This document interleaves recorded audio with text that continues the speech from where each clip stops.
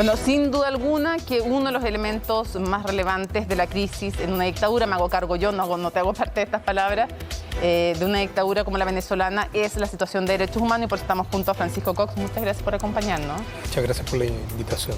Él es abogado integrante de la misión de determinación de hechos sobre Venezuela del Consejo de Derechos Humanos de la ONU. Quisiera preguntarte en lo práctico, ¿cómo han tenido que realizar el trabajo ustedes como comisión? ¿Cuántos integrantes son y cómo trabajan?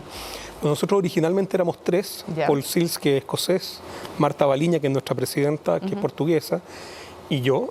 Y tenemos un equipo de, ahora 2 solamente con la renovación, pero originalmente eran 10 miembros del equipo.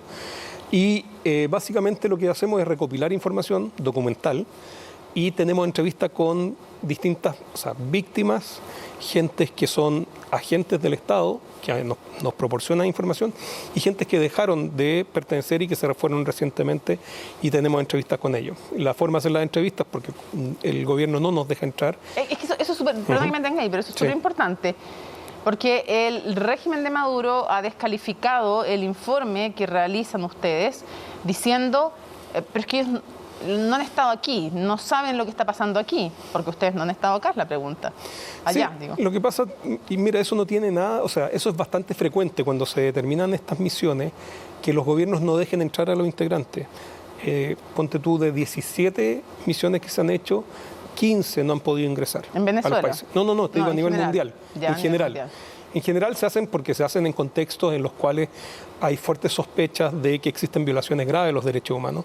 Entonces los gobiernos no quieren que ingrese alguien a hacerles un monitoreo. Entonces, ahora, esto no ocurre normalmente en democracias plenas, o sea, en una democracia plena no es lo habitual que no te dejen entrar. No, por supuesto, no. O sea, pero te digo que esa es como la estadística de estas misiones de determinación de hechos. Y claro, hay algunas que los dejan entrar. Por ejemplo, hay una que es muy famosa, que es la de Myanmar. Sí. La de Myanmar no pudo entrar a Myanmar, pero sí pudo entrar a Bangladesh y hablar con los refugiados. Nosotros tuvimos el problema, además de la pandemia, con lo cual no se podía viajar para el primer informe. Y un poco lo que hicimos fue vía comunicación, ¿cómo se llama? Como se están haciendo las cosas ahora, o sea, vía remota. Ellos establecen, las personas con las que hablamos, establecen cuál es el medio que ellos consideran más seguro para que no vayan a ser intervenidos, porque hay mucho temor de entregar información a una misión como la nuestra, que no es reconocida por el gobierno de la República Bolivariana de Venezuela. Ahora, ¿qué métodos ocupan? Nosotros usamos Signal, WhatsApp, Zoom no hemos usado porque es el menos fiable. Hay uno que se llama Webex, que es de Cisco, o sea, son distintas esos son los métodos plataformas que le en el fondo. En el fondo, la víctima y el denunciante es el que determina cuál le parece más confiable. Así es. ¿Cuáles son las principales conclusiones para revisarlas? Porque desde el régimen se dice que no son tan graves, desde el régimen se dice no, pero es que estos informes valoran mucho que nosotros hayamos castigado a algunos agentes. Miren, nosotros lo que hicimos... ¿Cuáles son las principales vulneraciones? Las principales vulneraciones son, primero, nosotros, lo que sí es sumamente importante dejar claro, que nuestro estándar probatorio es bases razonables para creer, que es el estándar probatorio que han usado todas las misiones de determinación de hechos. No judicial. No es claro, no es una condena, nosotros no somos un tribunal penal y por lo tanto nuestro estándar es mucho más bajo. No es que no sea una condena moral ni ética, sino que no es una condena judicial. Exactamente. ¿Cuáles son las principales vulneraciones? Las principales, lo que nosotros logramos determinar es que hay una política de Estado de persecución y aplastamiento a los líderes opositores que se lleva a cabo a través de los órganos de inteligencia civil y militar, el SEBIN y el DGCIM.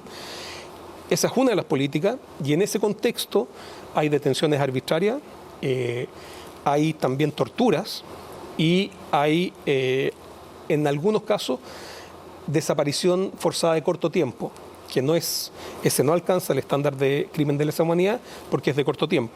Pero las otras 2 violaciones sí son crímenes de lesa humanidad. Tortura y detención arbitraria. Esas 2 sí son crímenes de lesa humanidad, y nosotros hemos dicho que, dado la cadena de mando, el conocimiento preciso y concreto de la ocurrencia de estos hechos y la no intervención, o incluso en algunos casos la solicitud expresa del presidente Maduro de seguir a estas personas, detenerlas, eso es la información que nos dieron, insisto, con este estándar más bajo de bases razonables para creer. Hay varias cosas importantes. Lo primero, hay una política de Estado. Sí. No es accidental. Exactamente. Ya.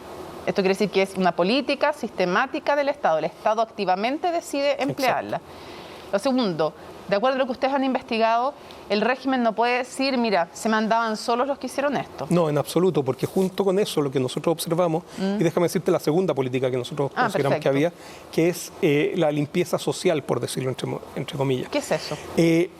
Durante el periodo que nosotros investigamos, 2014 hasta la fecha, se hacían operaciones de liberación del pueblo, que se llamaban, y eran como operativos de muchas fuerzas policiales, fundamentalmente fuerzas especiales, las FAES, donde se hacían ejecuciones extrajudiciales.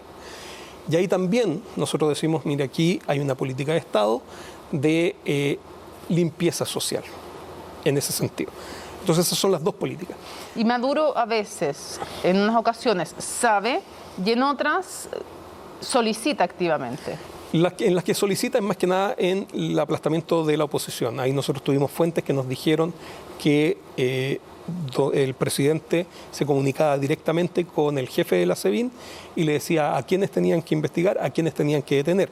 Esto es tan grave que incluso hay ocasiones en las cuales el Poder Judicial solicita que se dejen en libertad a personas y el SEBIN, este órgano, que tiene una cárcel, el helicoide, que es como que hubieran hecho en el Parque Arauco una cárcel, no acata esas órdenes hasta, según lo que han dicho los testigos, hasta que se dé la orden por el jefe. Y si el jefe no da la orden, no pueden salir. Bueno. Las condiciones de detención son absolutamente contrarias a cualquier estándar internacional. Me gustaría que especificáramos un poco eso porque se tiende a ver en abstracto, se tiende a hablar en abstracto de violaciones a los derechos humanos, no solo en el caso de Venezuela, en muchos casos. También en Chile se trataba de hacer muchos que las negaban trataban de hacer una cosa como aséptica, hablar el concepto. Quiero llevarlo a lo concreto. El helicoide me gustaría que tú, lo hemos hablado en otras ocasiones, que tú describieras lo que es y describieras de qué estamos hablando cuando hablamos de tortura. Bueno, tortura decía, o sea, nosotros ¿qué tipo tenemos de tortura se testimonios, practican en Venezuela? Electricidad, golpes fuertes, también pudimos detectar ¿cómo se llama?, abuso sexual respecto de hombres y mujeres. De ambos. De ambos. Y como digo, incluso como es un centro comercial, se le dejaba a veces a las personas desnudas con el aire acondicionado a full durante todo, o sea, no sé, 1 o 2 días, por lo tanto expuesto a un frío muy alto, sin posibilidades de dormir, sin baño, sin posibilidades de ir al baño ni nada. Privación de sueño, ruidos también. Entonces todo eso es lo que nosotros, entre otras cosas, como digo, golpes. Hay una de las personas que fue detenida por el DGCIM, que es el órgano militar, donde incluso terminó muerto producto de las torturas. ¿Qué pasa también con hay o no hay, han detectado ustedes o no? Ya lo que relatas es brutal, ya lo que relatas es muy, muy grave. ¿Qué ocurre con ejecuciones extrajudiciales? Las ejecuciones extrajudiciales se producen en lo que nosotros pudimos acreditar en el contexto de esta segunda política, que es la ejecución extrajudicial de personas que se creen que pueden ser delincuentes y por lo tanto las ejecutan sumariamente en presencia... Sin proceso. Exactamente, y dejando al lado a sus familiares, donde vecinos observan que ya están reducidos y después aparecen muertos. Claro, no es, bueno, lo vimos también en Chile, ¿no? Respecto de los famosos falsos enfrentamientos. Exacto, exactamente. Ya, porque después la excusa del régimen es que son enfrentamientos, que son personas que eran violentas y que las fuerzas de orden se estaban defendiendo. No es así lo que ustedes han detectado. No es lo que hemos detectado, porque además si tú ves las estadísticas de muertos, que hay muertos que reconoce el gobierno de Venezuela, en el cual dicen, estos son por resistencia a la fuerza. Tiene uno de los índices más altos de muertos en ese sentido, y no hay muertos por el otro lado ni lesionados por el otro lado. O sea, entonces, tampoco se puede atribuir, como dice el régimen, a la violencia opositora. No, o sea, no es una legítima defensa lo que ustedes han detectado. Lo que nosotros hemos detectado, insisto, y esto quiero ser súper claro, que nuestro estándar probatorio es bases razonables para creer. Nosotros no hemos dicho que está acreditado más allá de todo duda razonable. O sea, que es el estándar judicial. Pero siempre las misiones de derechos humanos lo que ocupan es el estándar no judicial, sino el estándar propio de las comisiones de derechos humanos. Así es. Ahora, ¿es efectivo o no que la comisión, como dice el régimen de Nicolás Maduro, que en el fondo el Consejo de Derechos Humanos de la ONU y la alta comisionada están súper satisfechos porque ellos han castigado y tomado medidas disciplinarias contra muchos agentes. Así que más o menos que eso hay que considerarlo como algo muy relevante. A ver, nosotros validamos que efectivamente hay alguna investigación. El problema es que esas investigaciones generalmente no escalan, no ven la cadena de mando, sino que sancionan a gente muy de bajo nivel y tampoco ven en el fondo, la cadena que provoca que se produzcan estas violaciones de derechos humanos. Entonces, hay efectivamente una sanción.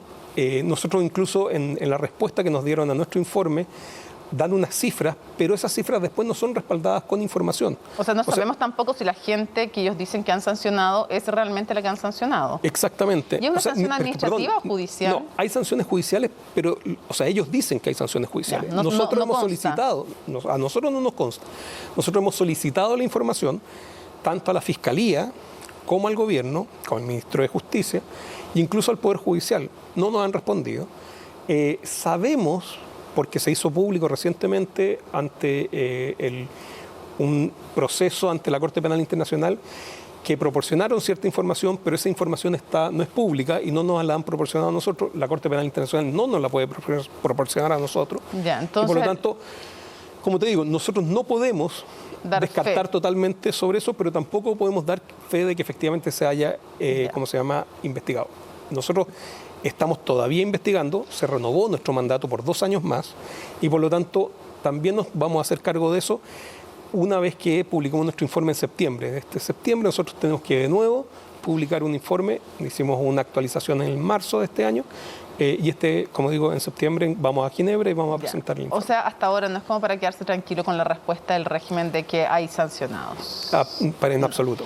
Si tuvieras que describir en un concepto cuál es la situación de los derechos humanos y también de las libertades civiles. La libertad de prensa, la libertad de opinión, la libertad de reunión son derechos humanos también. Francisco, ¿cuál es la situación de esos derechos? Yo creo que nosotros pudimos constatar que hay una violación sistemática de esos derechos también, porque muchas de las personas que son perseguidas y que nosotros documentamos son, por ejemplo, tuiteros, son periodistas, son gente que se percibe por el régimen como opositores y entonces se les inicia una causa penal, se les persigue, se les detiene arbitrariamente y se les tortura y más encima se les pone en condiciones violatorias de los derechos humanos la propia detención. ¿Crees que hay bases o que hay posibilidades de que el proceso en contra de Nicolás Maduro en la Corte Penal Internacional avance? ¿Cuál es tu experiencia? Porque tú no solo has trabajado en esto, te vimos en Ayotzinapa y en otros temas, entonces, ¿cuál es tu opinión, sabiendo que tampoco tienes en el fondo una bola de cristal para saber qué es lo que va a pasar en el futuro, pero a tu juicio, ¿hay antecedentes como para que avance un proceso? A ver, yo creo que es más interesante ver lo que ha dicho la propia Corte. La fiscal saliente, la fiscal de la Corte Penal Internacional saliente, había manifestado una opinión en términos de que ella iba a pasar de un examen preliminar a una investigación.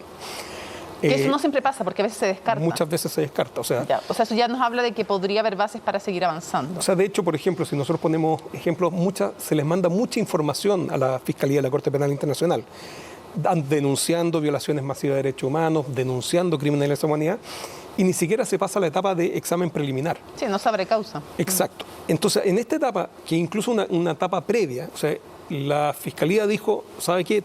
Voy a hacer un examen preliminar sobre Venezuela por la referencia que me hicieron la OEA, algunos países, dentro de los cuales está Chile, y una propia, que está otra distinta, por propia Venezuela por las sanciones. Respecto de la primera, la fiscal había manifestado una opinión, pero hábilmente el gobierno de Venezuela interpuso una acción que fue rechazada, pero en ese rechazo la Corte le dijo que al nuevo fiscal tenía que entrar en un diálogo interactivo y fructífero con las autoridades. Okay. Ahí podemos ver, quizás, si es que hay avance o no hay avance. Sin embargo, lo que al menos se ve de sus declaraciones, no se ve que vayan a aceptar como sea una responsabilidad y por lo tanto hay que ver cómo avanza la investigación, qué evidencia tienen. Dentro de los antecedentes que se citan por parte de la Fiscalía de la Corte Penal Internacional está nuestro informe del año pasado. Importante entonces destacar que, para cerrar, porque se nos acabó el tiempo, Francisco, que no es que ustedes no hayan querido ir, sino que el régimen les ha negado la entrada activamente, lo han pedido, y también les ha negado la entrega de información. Eso era súper relevante también dejarlo claro para desestimar una de las críticas que se ha hecho. Si no han ido, porque no los han dejado, básicamente.